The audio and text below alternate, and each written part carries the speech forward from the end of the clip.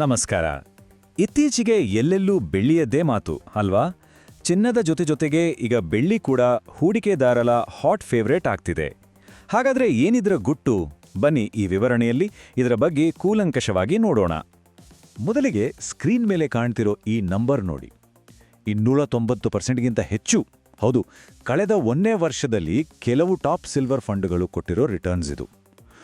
Wow, ನಿಜಕ್ಕೂ ನಂಬೋಕೆ ಕಷ್ಟ ಅನ್ಸುತ್ತೆ ಅಲ್ವಾ? ಇದೇ ಕಾರಣಕ್ಕೆ ಇವತ್ತು ಎಲ್ಲರೂ ಬೆಳ್ಳಿಯ ಬಗ್ಗೆ ಮಾತಾಡ್ತಿರೋದು.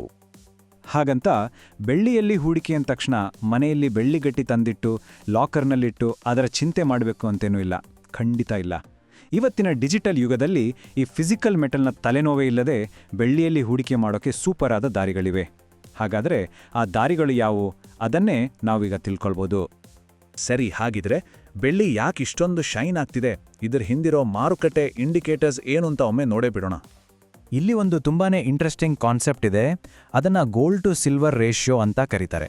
ಅಂದರೆ ತುಂಬ ಸಿಂಪಲ್ ಆಗಿ ಹೇಳೋದಾದರೆ 1 ಔನ್ಸ್ ಚಿನ್ನ ತಗೊಳ್ಳೋಕ್ಕೆ ಎಷ್ಟು ಔನ್ಸ್ ಬೆಳ್ಳಿ ಬೇಕಾಗುತ್ತೆ ಅನ್ನೋ ಲೆಕ್ಕಾಚಾರ ಇದು. ಈ ಅನುಪಾತದಿಂದ ಚಿನ್ನಕ್ಕೆ ಹೋಲಿಸಿದಾಗ ಬೆಳ್ಳಿ ಅಗ್ಗವಾಗಿದೆಯಾ ಅಥವಾ ದುಬಾರಿಯಾಗಿದೆಯಾ ಅಂತ ಒಂದು ಅಂದಾಜು ಸಿಗುತ್ತೆ. ಈಗ ನೋಡಿ, ಈ ರೇಷಿಯೋ ನಂಬರ್ಸ್ ಇದೆಯಲ್ಲ, ಇದು ಕಥೆಯನ್ನೇ ಹೇಳುತ್ತೆ. ಇತಿಹಾಸ ನೋಡಿದರೆ ಈ ಅನುಪಾತ ಸುಮಾರು 65ರ ಆಸುಪಾಸಿನಲ್ಲಿರುತ್ತೆ. ಆದರೆ ಇತ್ತೀಚೆಗೆ ಇದು ಬರೋಬ್ಬರಿ 99.7 ತನಕ ಹೋಗಿತ್ತು. ಇದರ ಅರ್ಥ ಏನು ಗೊತ್ತಾ? ಚಿನ್ನಕ್ಕೆ ಹೋಲಿಸಿದರೆ ಬೆಳ್ಳಿ ತುಂಬಾನೇ ಅಂಡರ್ ವ್ಯಾಲ್ಯೂಡ್ ಆಗಿರಬಹುದು. ಅಂದರೆ ಅದರ ನಿಜವಾದ ಬೆಲೆಗಿಂತ ಕಡಿಮೆ ಬೆಲೆಗೆ ಸಿಗ್ತಿರ್ಬೋದು ಅಂತ.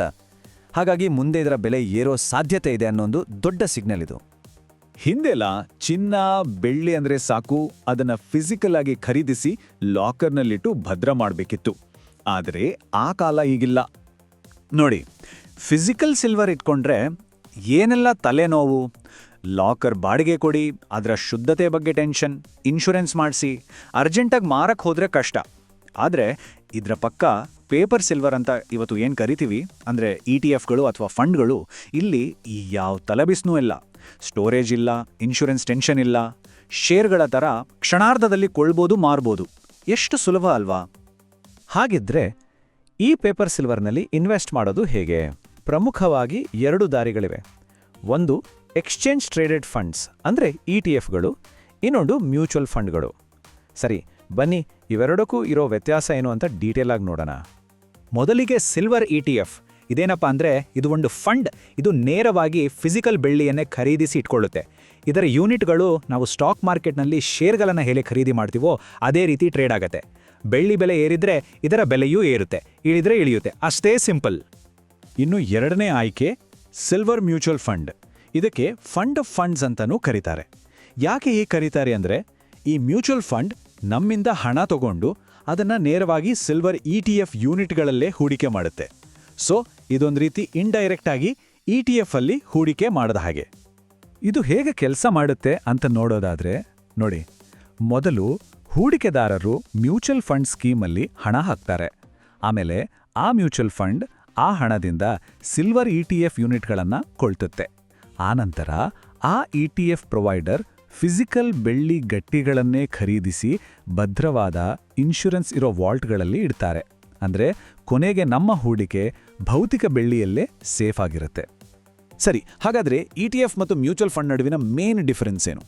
ನೋಡಿ, ETF ಅಲ್ಲಿ ಇನ್ವೆಸ್ಟ್ ಮಾಡೋಕೆ ಹೋಗು ಡಿಮ್ಯಾಟ್ ಮತ್ತು ಟ್ರೇಡಿಂಗ್ ಅಕೌಂಟ್ ಬೇಕೇ ಬೇಕು. ಆದರೆ ಮ್ಯೂಚುವಲ್ ಫಂಡ್ಗೆ ಇದೆಲ್ಲ ಏನೂ ಬೇಡ.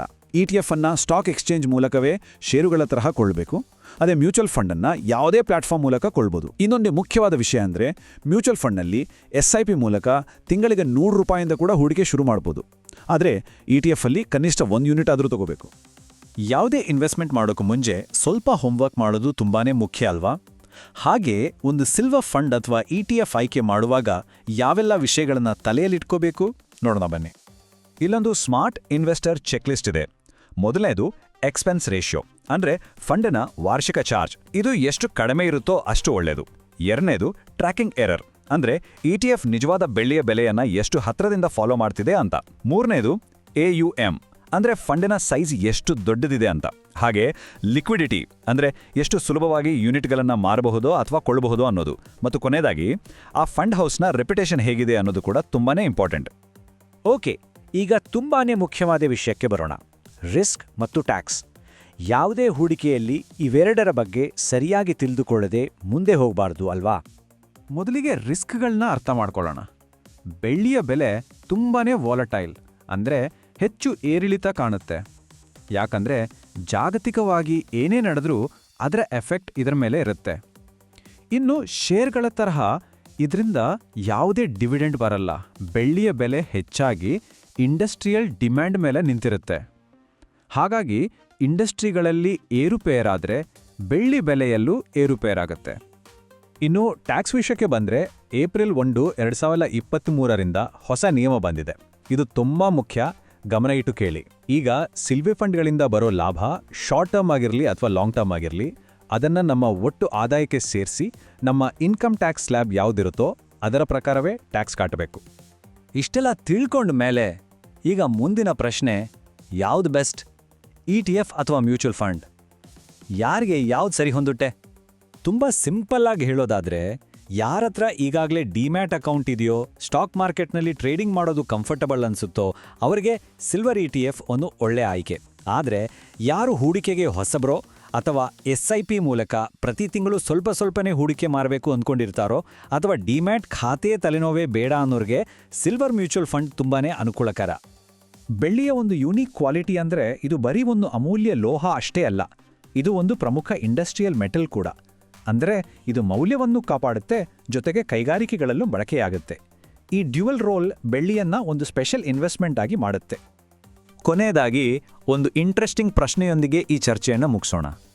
ಸೋಲಾರ್ ಪ್ಯಾನೆಲ್ಗಳು, 5G ನೆಟ್ವರ್ಕ್ಗಳು, ಎಲೆಕ್ಟ್ರಿಕ್ ಗಾಡಿಗಳು, ಹೀಗೆ ಭವಿಷ್ಯದ ಟೆಕ್ನಾಲಜಿಗಳಲ್ಲಿ ಬೆಳ್ಳಿಯ ಬಳಕೆ ದಿನದಿಂದ ದಿನಕ್ಕೆ ಹೆಚ್ಚಾಗ್ತಿದೆ. ಹಾಗಾದರೆ ಈ ಇಂಡಸ್ಟ್ರಿಯಲ್ ಡಿಮ್ಯಾಂಡ್ ಇದೆಯಲ್ಲ, ಇದೇ ಬೆಳ್ಳಿಯ ಅತಿದೊಡ್ಡ ಸೀಕ್ರೆಟ್ ವೆಪನ್ ಆಗಬಹುದಾ? ಬೆಳ್ಳಿಯ ಭವಿಷ್ಯವನ್ನೇ ಇದು ಬದಲಿಸುತ್ತಾ? ಯೋಚಿಸಬೇಕಾದ ವಿಷಯ.